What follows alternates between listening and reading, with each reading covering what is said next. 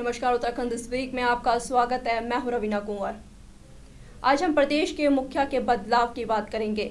आखिरकार त्रिवेंद्र सिंह रावत को भाजपा हाईकमान ने सीएम पद से इस्तीफा देने का आदेश दिया। मुख्यमंत्री रावत ने राज्यपाल बेबी रानी मौर्य को अपना इस्तीफा सौंपा। इसके बाद विधायकों के बीच बैठक में नए मुखिया के नाम पर चर्चा हुई। महज 18 मिनट की चर्चा में नया नाम तय हो गया, तीरथ सिंह रावत। श्री रावत गढ़वाल लोकसभा क्षेत्र में सांसद है। उसी दिन देर शाम को राजभवन में राज्यपाल ने उन्हें मुख्यमंत्री पद की शपथ दिला दी। इस्तीफा देने के बाद त्रिवेंद्र सिंह रावत ने क्या कहा और नए मुख्यमंत्री तीरथ सिंह रावत ने क्या कहा, यह हम बताएंगे, लेकिन उससे पहले देखिए हमारी खास रिपोर्ट।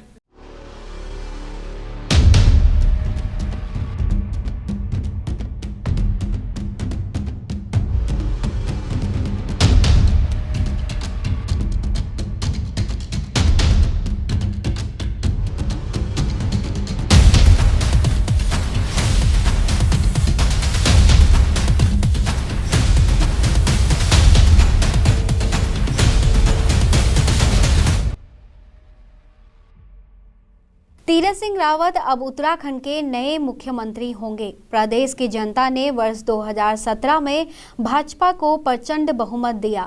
भाजपा को विधानसभा चुनाव में 70 में से 57 सीटें मिली। त्रिवेंद्र सिंह रावत को विधायक दल का नेता चुना गया और उनकी ताजपोशी की गई, लेकिन 4 साल पूरे करने से 9 दिन पहले ही उनकी मुख्यमंत्री पद से विदाई हो गई। त्रिवेंद्र सिंह रावत की इस पद से विदाई का सीधा अर्थ यह है कि भाजपा हाईकमान को लगा कि यदि भाजपा 2022 में होने वाले विधानसभा चुनाव में त्रिवेंद्र सिंह रावत के नेतृत्व में चुनाव लड़ेगी तो वो सत्ता से बाहर हो सकते हैं। यदि ऐसा था तो भाजपा हाईकमान ने त्रिवेंद्र रावत को जनता पर 4 साल क्यों बोझ बनाए रखा। सवाल यह भी है कि क्या भाजपा को त्रिवेंद्र रावत को छोड़कर अपने 55 विधायकों में से किसी पर एतबार नहीं था कि वो बाकी 1 साल सत्ता को संभाल सकें। कहा जाता है कि लोकतंत्र में जनता की याददाश्त बहुत कमजोर होती है, इसलिए भाजपा त्रिवेंद्र सरकार की नाकामियों को छिपाने के लिए नया चेहरा ले आई। पिछले 20 सालों में प्रदेश में पलायन, बेरोजगारी और खेती की कम होती जमीन की समस्या बढ़ी है। गांव में खेत तो बंजर हो रहे हैं, लेकिन मुख्यमंत्री खूब उग रहे हैं। दरअसल यह उत्तराखंड की राजनीति परंपरा बन गई है कि मुख्यमंत्री बदल दो।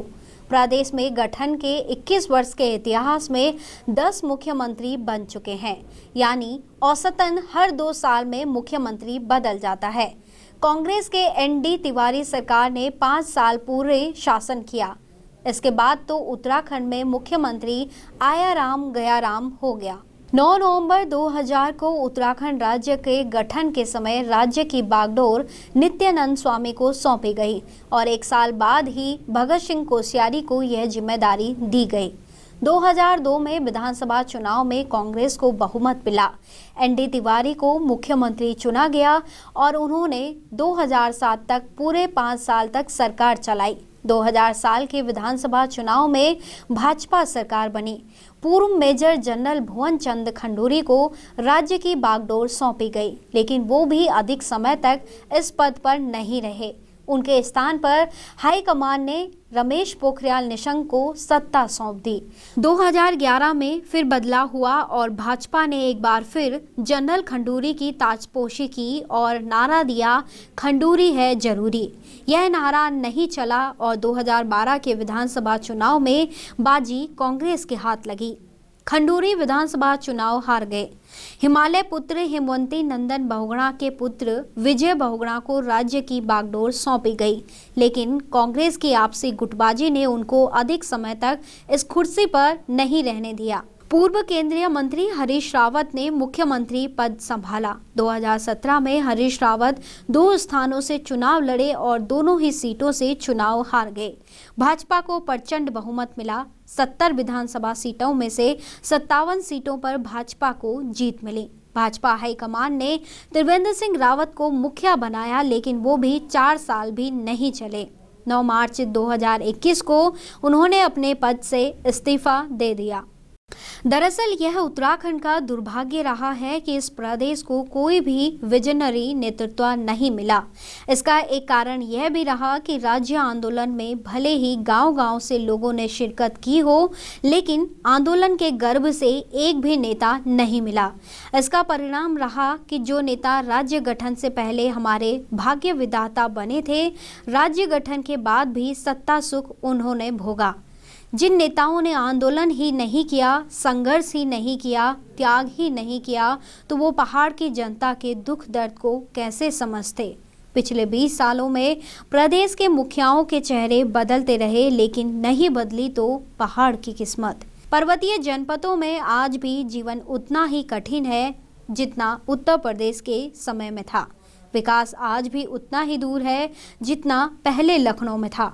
देहरादून में बैठे नेता और अफसर पहाड़ के लिए नीतियां तो बनाते हैं, लेकिन वो भी केवल कागजी। जब इन नेताओं और नौकरशाहों ने पहाड़ को जिया और भोगा ही नहीं, तो वो पर्वतवासियों का दर्द भला कैसे महसूस करेंगे।